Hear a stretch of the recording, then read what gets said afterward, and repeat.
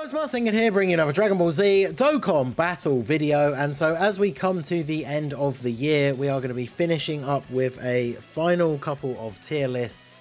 We did have a new LR release on both versions of the game, the LR Super Saiyan Trio. And recently I had done a yellow coin LR tier list using only the LRs from the Legendary Summon banners.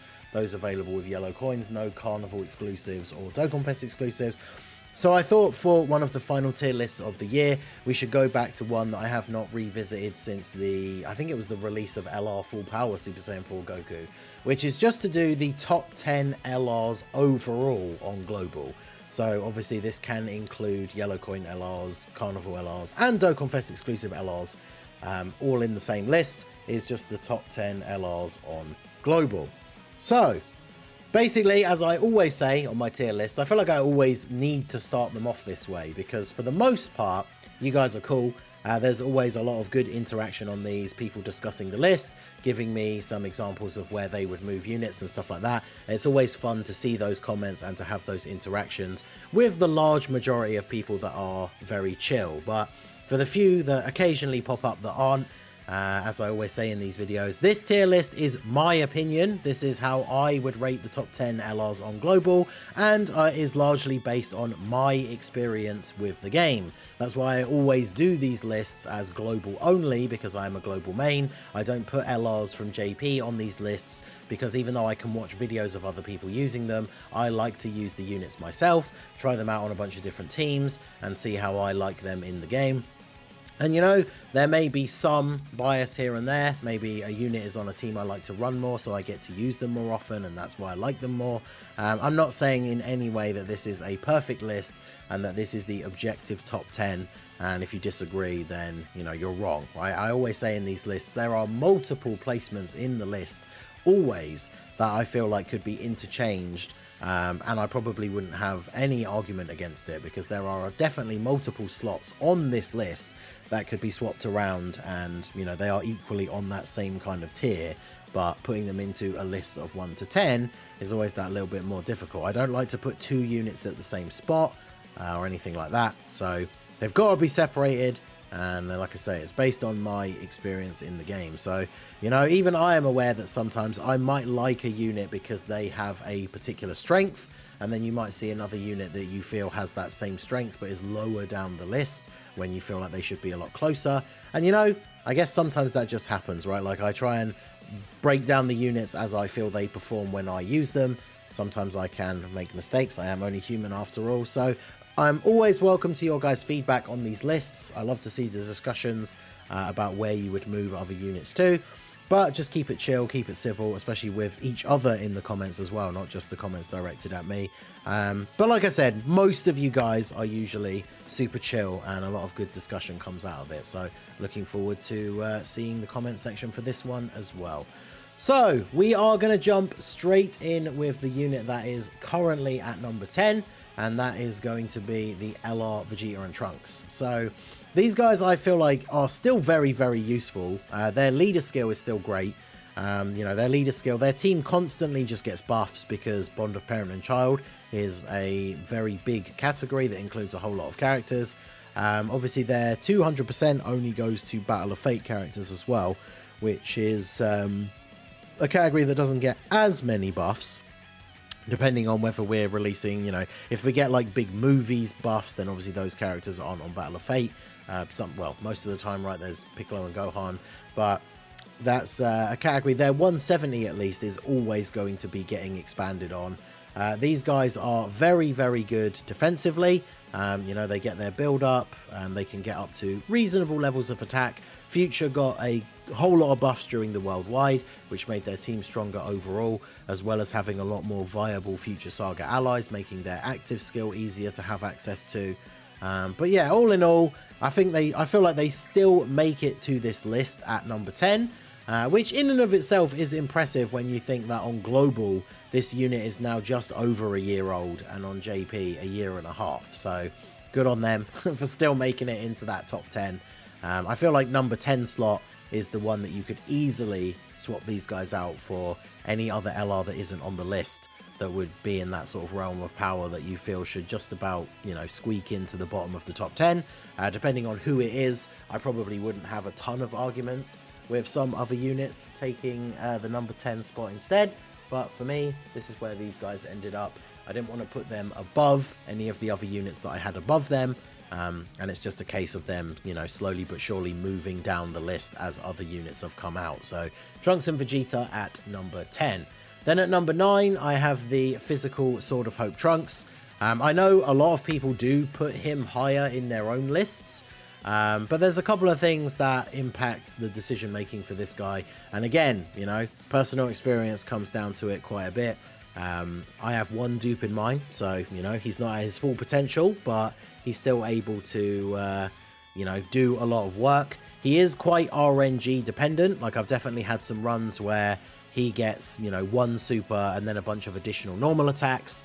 And then, of course, does not build up that damage reduction. In fact, I can't remember which unit we were trying to showcase specifically, but I went back into the Metal Cooler Core Red Zone stage, and on a turn where he only gets the one super, and then does a bunch of additional normals, he dies to the Metal Cooler Core super attack. Now, Metal Cooler Core obviously was one of the big bosses for a while. It was like him and Broly were like the main events that we used to take units into to try them out, but it is a little bit of a shame to see, you know, the Worldwide Celebration 2023 LR getting taken out by a much older Red Zone boss, which, again, you know, there's a lot of units in that situation that if they got their worst RNG, they would also die. I'm not putting him down the list because of that or anything, but it is unfortunate, right, that his defense is quite conditional. Once you get the standby, then obviously he's super good, right? He goes in slot 1, he's a really good tank, but you have to get to the standby, which, you know, is activated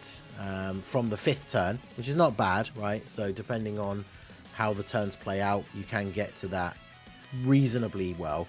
But especially when we consider the dismal future Red Zone stages, which hit super hard straight away, this guy getting most of his defensive capability on super means he's not great against AoEs. You know, I think he is a very good unit. Like, don't get me wrong, with none of the units on this list, they're in the top 10 for a reason, right, over all the other LRs in the game. So I do still really like this Trunks. He definitely has seen a bit of a resurgence because of the LR Super Saiyans coming out and him being one of the stronger units on that team. So I guess I could have almost put him up a place or two just because of that. But just in terms of his overall performance, like in a vacuum, I really like him, but a bit RNG dependent.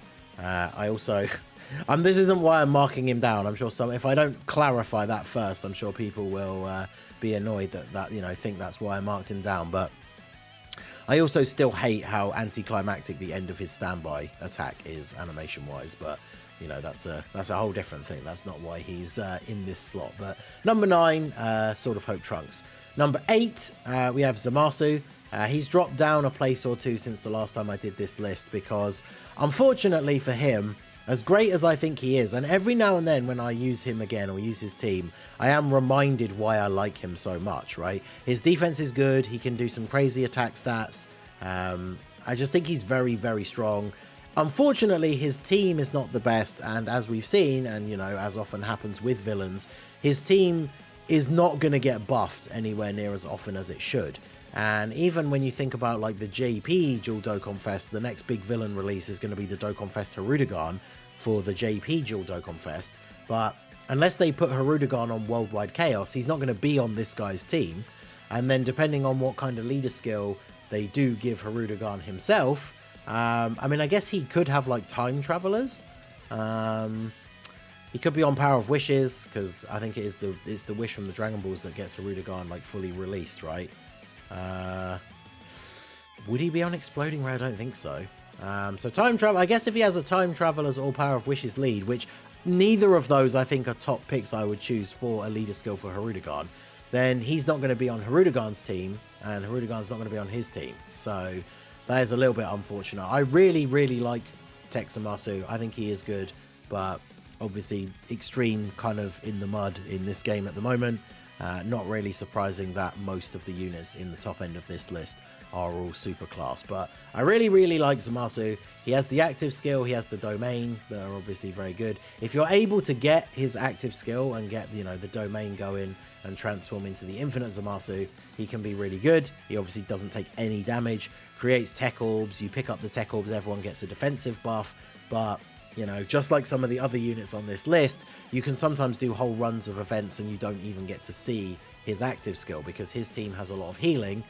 So getting to the HP restriction, you know, in time to use it before the end of the event can sometimes be an issue. But overall, I do really like this unit. I still think he deserves to be in the top 10, but he has certainly dropped a couple of places recently. So then we have at number 7, LR Full Power Super Saiyan 4 Goku.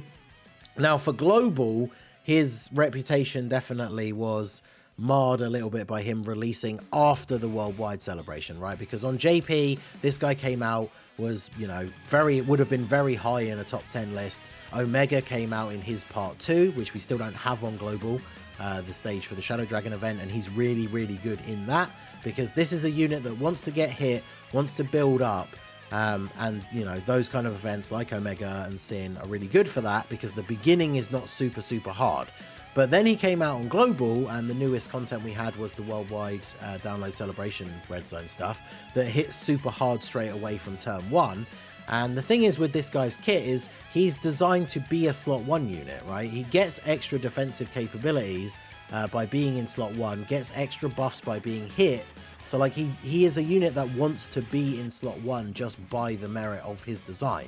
But you go into a lot of these Dismal Future red zone stages, you put him in slot 1, and if he eats a super, you just die. Which is very unfortunate because this unit is really, really good once he gets going.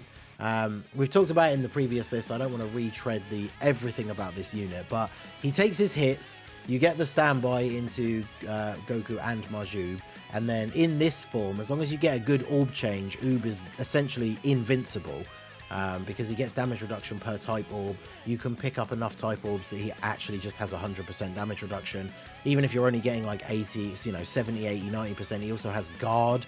So he's a very, very strong defensive unit, whilst also providing all allies 3 key and 70% defense for 2 turns. So like that's insanely good. And then once you've picked up the amount of orbs that you need and you then exchange into full power Super Saiyan 4 Goku, that's where this guy then is just absolutely insane, right? Now he still has the same kind of issue where on the first turn he comes out, he needs to get hit and then get a super off. And then after that, he is, you know, not only dropping ridiculous amounts of damage, but his defense is insanely good as well. So if the unit was just this card straight away from turn 1, I can almost guarantee he would be multiple places higher in this list, right? Just because of that. But unfortunately, my experiences with him, especially in the most difficult content, have not been the best. I think I moved him above Zamasu just because of the little bit of a buff that he got from the release of Limit Breaker Super Saiyan 4 Vegeta and the Physical Vegeta Easy A from the Hero Celebration, making giant 8 power units obviously have a lot more value, making that team really, really good. He's really cool to run with those units. Obviously, the full Super Saiyan 4 team has always been kind of like a fun meme team ever since we had enough Super Saiyan 4s in the game to actually make one. So I do think he's very good. Obviously, a lot of people, you know, wouldn't have got him on his first banner, but he's about to come back on the Christmas banner. So potentially a lot more people are going to be able to get hold of him and use him a bit more.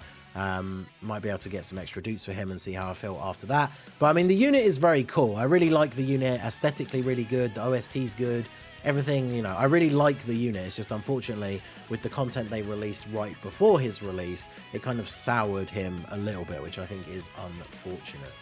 So yeah, he is here at number 7 on the list. And we'll move on to number 6, which is the LR Blue Boys. I feel like this is going to be one of the first really big contentions on here.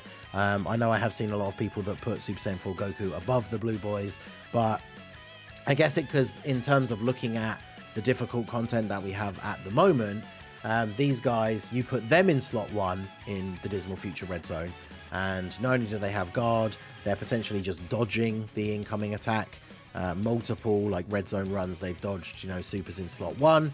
I feel like this unit gets a lot of hate because if you put them in slot 1, they're a defensive unit, so their attack stats aren't anything impressive at all, and I think people don't like that.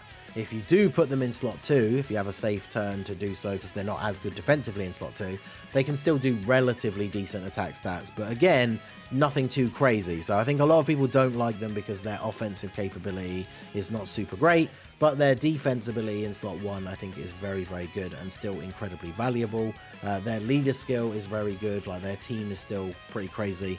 And then of course the active skill, similarly to Zamasu, this can be an issue to get, right? Like the biggest issue with this unit is if you get to the turn where you want to fuse and their guard has run out and you can't fuse, then you can get into some serious trouble, right? Now you can still have, you know, the good RNG and get some dodges, but we're talking about kind of their best case scenario. They can definitely, in their worst case scenario, look worse than some of the units maybe below them. But I suppose if we're comparing worst case scenario to worst case scenario, it's maybe a different story. But the big thing with these guys is if you are able to get the fusion into Vegito, then Vegito Blue is just an absolute monster. Multiple times, because the new events do hit so hard, if you're below the HP threshold to get the fusion, a lot of the times you're also below the HP threshold to get the active skill. So if you're fusing into Vegito and using the active skill on that same turn, you use it in slot 2, so it activates his slot 2 part of his passive. Then you put him in slot 1, the active skill turn he has a 100% chance to dodge, and then he's throwing out multiple super attacks where he's putting out some pretty big numbers. He's also raising all allies defense by 50% by doing his 18 key super in slot 1 as well. So he's very, very good. If we were to just compare like full power Super Saiyan 4 Goku to like Vegito Blue, like if both of these cards were just like this on turn 1, I think even that would be a very interesting discussion, right? Because Vegito does have that active skill, he has that slot 1 viability. Goku does need to kind of risk that first hit, but then his damage, I guess he does way bigger damage for the attack that he does do, but you can have the, you know, with no built-in, actually, does he have built-in additional once he goes full power? No, he doesn't, does he? So with Goku, he can do a crazy big attack stat, which gets a guaranteed crit, but then he just does that one attack, whereas this Vegito could do like 5 supers in one turn, potentially.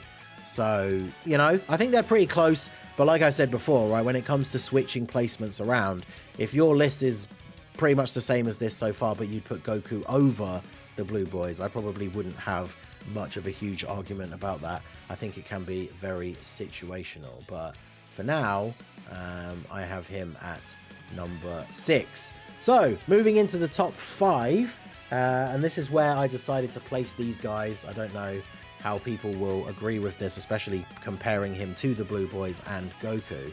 But these guys I think are super, super good, and I feel like very underrated in a lot of ways. I think this is one of those units, I've seen a lot of memes kind of saying the same thing, where this is a unit that is potentially both overrated and underrated, depending on what you see people saying about them. So I think this unit is definitely worthy of this spot. I think they are super, super good. Their entrance animation is limited, but only to, what, 2 Super Saiyan allies and 2 Movie Heroes allies, which is a condition that is very, very easy to meet on the teams that you're going to be running them on. And one of the reasons why I put this unit so high, I mean, I don't feel like this should surprise many people that I consider these guys to be really good, because when LR STR Cooler came out for the 2022 Worldwide Celebration, I had him at number 1, because I love units that can do big damage, you know, and these guys can also back it up defensively, right? They have 30% damage reduction for 5 turns as long as they have their active skill. They're greatly raising their defense on their super attack, but it's for 3 turns. So when they appear on the second turn, they've kept that defense buff from the first turn. You get their 18 key super again, and they can be over 1 million defense whilst having 30% damage reduction. And then of course they're chucking out the potential to do a bunch of other supers based on the orbs that you pick up. And I've seen these guys just, you know, they can absolutely speed blitz some of these bosses, which I think is really, really cool. And they're able to tank some of the big super attacks once they've done, you know, their attack. And then their active skill, which with a full Super Saiyan rotation can be used on turn 3, can hit like an absolute truck, because they carry over the attack buff from both their super attacks, which is 50%. If they get, I mean, it's, you know, RNG dependent to a certain extent, but You get their 18 key super, and then you get some additional supers, right? And it makes their active skill on the next turn hit harder because they've carried across those buffs. Now, if you get a super crazy good RNG turn on turn 1, and this unit is doing 3, 4, or even the potential maximum 5 supers on turn 1, on turn 3, you can use their active skill, and it's, I would imagine, for turn 3 specifically, the hardest hitting active skill in the game that can actually be done on turn 3, right? Because they keep all of those attack buffs. So I think this unit is really good. Super Saiyans is a category that will get a lot of buffs, so their team is very strong, and they can be splashed onto other teams with movie heroes and things like that. I think these guys are very, very good. They will age relatively well. I mean, as long as you're running them on a team where they have the right allies, even if they end up being a floating unit on a team in the future, because their defense is so strong post-super, they'll be fine. And if that team is containing a bunch of other Super Saiyans, even if you're floating them off on turn 1, they come back on turn 4, and then you can still active skill with them. So, very, very good. Their one major weakness can be AoE on turn 1, but with the damage reduction, it's not a crazy amount of damage, and then the defense they carry into their next turn means that they tank the AoE even better on the second appearance, right? So I think these guys still hold up really well, even in all the difficult content.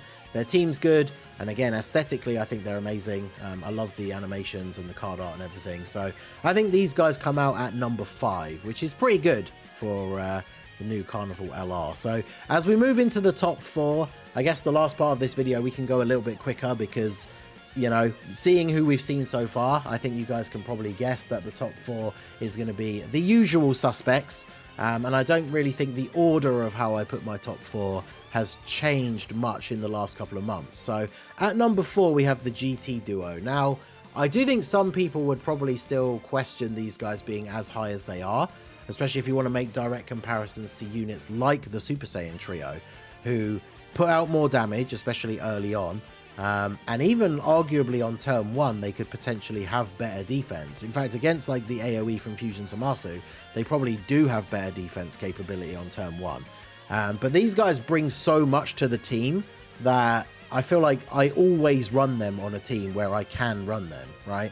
The first turn AoE can be scary for them for sure, but as they get their additional supers, they build up damage reduction, and they can build up to 50%, which is a pretty significant amount. And whilst they don't stack defense, they raise defense on each of their supers. So if you're getting a couple of supers during the turn, their defense is pretty good with 50% damage reduction to back it up. But I guess the main thing, right, not only is their leader skill super good, like their team is still very, very good, but the main thing is, of course, the standby, right? They offer so much extra utility to the team because not only can you use it from turn 4, which is nice and early compared to some other standbys and active skills, you can also use it at any time if your HP is 50% or less. So they can come in on turn 2, and if you took a beating on turn 1, you can just use their active skill straight away, well, the standby. And then not only do they turn into Super Saiyan Vegeta, who gives 80% attacks. Like, this cannot be understated how good this is, right?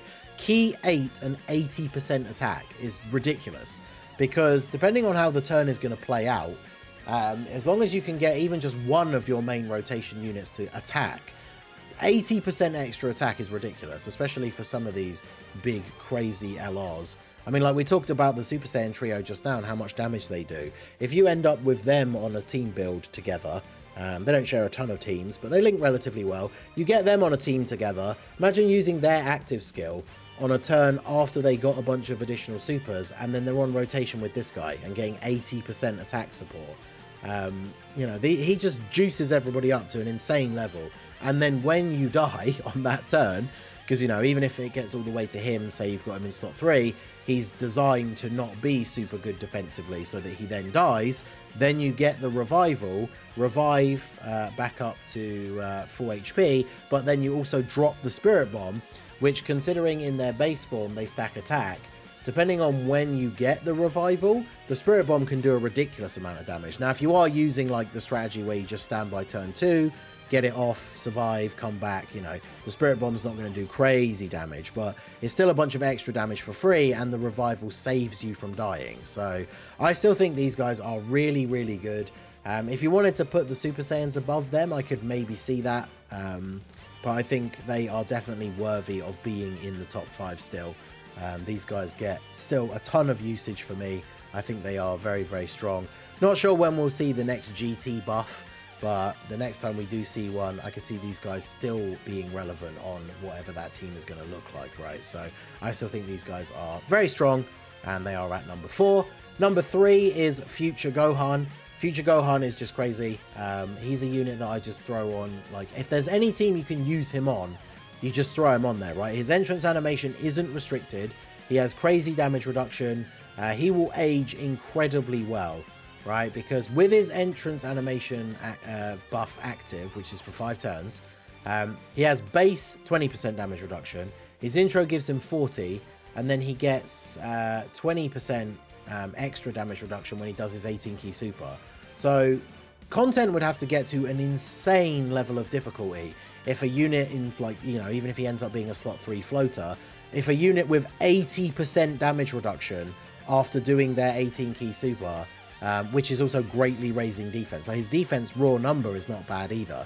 If we get to a point where content has become so hard that he's getting killed regularly in slot 3, then, I mean, we've reached a level of power creep where I imagine the units we'd be using at that time are so insanely better than this guy. That would be absolutely crazy. But he is still very, very good. His domain is probably one of the best ones in the game, right? Considering almost all the difficult endgame content is extreme enemies. So all extreme enemies just taking extra damage is really, really good. He also has the active skill, which has the awesome Dokkan original animation. Very, very good. Not only is it an attack, which does damage, it gives extra ki and defense permanently after using it. So he is just really, really good. I think with the worldwide content, the Dismal Future Red Zone, he works really well in those stages. But if we start to see the return of content that is, you know, lasting a few turns longer, he's still going to be really strong even in those stages, right? Like, he can lose the slot 1 capability once that entrance animation runs out, but you get to a point where, you know, you've used his active skill, his domain is active, and then post super he's still got 40% damage reduction if you're using him in slot 2, for example. Like, he's a unit that's still going to be very strong for a long time. So he is still currently at number 3 for me. The only reason really that he gets beaten out by the unit at number 2, which is still, of course, LR Bulma, is just because of the versatility, right? You can throw her onto any team that she's on. She can be a 3rd slot floater to just provide support, which she provides for 2 turns. She can tank in slot 1 against some of these tougher bosses. Even like turn 1 against Zamasu, if she eats a super in slot 1, she does take damage, right? Like a couple of 100k, but less than a lot of other units take. And she is a nuking style unit, so it does kind of depend on the number of orbs you pick up for how much raw defense that she's going to have. But she has guard, and then obviously she builds up damage reduction as well. So as you get a little bit later into the event, if you've got both still active, like guard and the build up damage reduction, she tanks everything incredibly well. She's greatly raising defense on both of her supers. I often forget that. Like, I always remember she raises defense on both supers, but it's greatly raised on both of them, which is pretty crazy. And then, of course, not only is she providing that 2-turn support, but when you get her active skill on turn 7, you're giving the full STR orb field, which is either useful for somebody else or for her, can give you a full heal, massive buff to her, activates all the parts of her passive, but it also gives all allies an extra 7 ki, 17% attack and defense, which doesn't seem like a lot, but it is multiplicative on top of all the other buffs, and makes them all attacks effective against all types, which is something that really shouldn't be overlooked as well, because that allows even type neutral, you know, let alone type disadvantaged characters against the boss, even type neutral characters against the boss that you're fighting are going to be doing that little bit of extra damage, which is really, really good. So Bulma absolutely still at the top.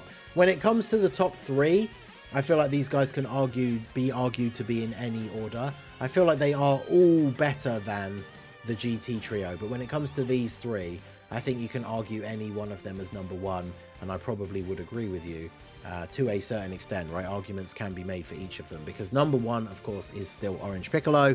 This unit is about to be a year old and still probably the best unit in the game for a multitude of reasons. Now, his leader skill is pretty good. Superheroes is still a very good category, and then compared, like, you know, paired with Bond of Master and Disciple on movie heroes. A lot of good units on the 200%. He's greatly raising defense on both of his super attacks. His entrance animation only requires a Bond of Master and Disciple character, which is not difficult to do at all for the teams that you want to run him on. And then he has guard for 3 turns. He has a bunch of extra attack and defense. He builds up by getting hit, but he's easily able to just be in slot 1. And when he gets hit, he gives everybody 2 extra ki, which I think has always been an overlooked ability that he has. But, like, he's just crazy. Like, how many times have we seen rotations where he tanks a whole bunch of hits in slot 1 before he even gets to attack, and then immediately drops, like, a 12 or 13 million attack stat on turn 1? And then, of course, you know, one of the biggest things is the giant form, which, if you have a full superhero rotation, you can use on turn 3. Otherwise, it's turn 6. But Orange Piccolo, you know, not only, as we've said many times, the giant forms, you can cancel out super attacks, cancel out AoEs for the turn where you untransform, but he actually is, you know, by far the best giant form in the game, because he's raising his attack on the attacks, so we can do, you know, reasonable damage. He still doesn't do crazy damage, but he gets extra ki, so it's very easy to get the 18 keys. He launches a guaranteed additional attack that has a medium chance to become a super, so that makes it easier to trigger the hidden potential as well. So the number of times you get your 3 attack slots on a turn with Orange Piccolo, but he actually attacks like 7, 8, 9 times, and some of those will just be normals and they're not going to do a huge amount of damage, but often he's doing like 5, 6, 7, maybe even the full 9 if you get really lucky, super attacks in one turn, and all of that is chipping away at the enemy's HP while they can't do any damage to you. And then once he de-transforms, if they super attacked you during that transformation, they can't super attack you on that turn. They can't AoE if they AoE'd you on that turn. So, you know, a lot of teams, you can make use of his transformation, and once you come out of his transformation, that pretty much gives you like the guaranteed win turn, because then everybody else is firing off their active skills. You don't have to worry about, you know, oh, do I put this guy in this slot because he might eat a super there, because you know the boss isn't supering you on that turn. So Orange Piccolo, I still think, is number 1, but as I've said already, you know, any of these top 3 guys, I think you could argue taking the number 1 slot.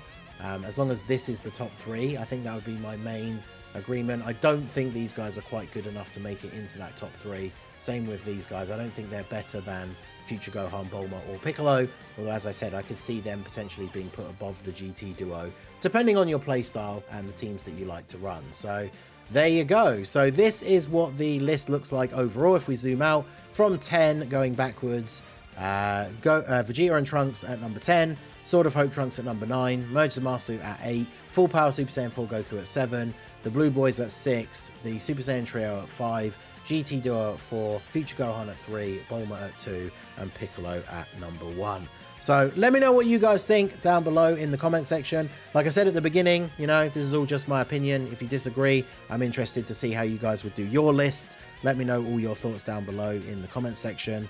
And yeah, we'll see. We'll wonder if the New Year's units this year, even though they're not LRs, will that Goku and Hirudegarn come out and be good enough to be, you know, still near the top of a top 10 list a year later? It'll be very interesting to see how they turn out. So that is going to be it for the video, guys. This has been the Masked Ningen. Smash that like button, subscribe to the channel if you are new. Check out the links down below for the Discord and the merch store, and I will see you all again soon.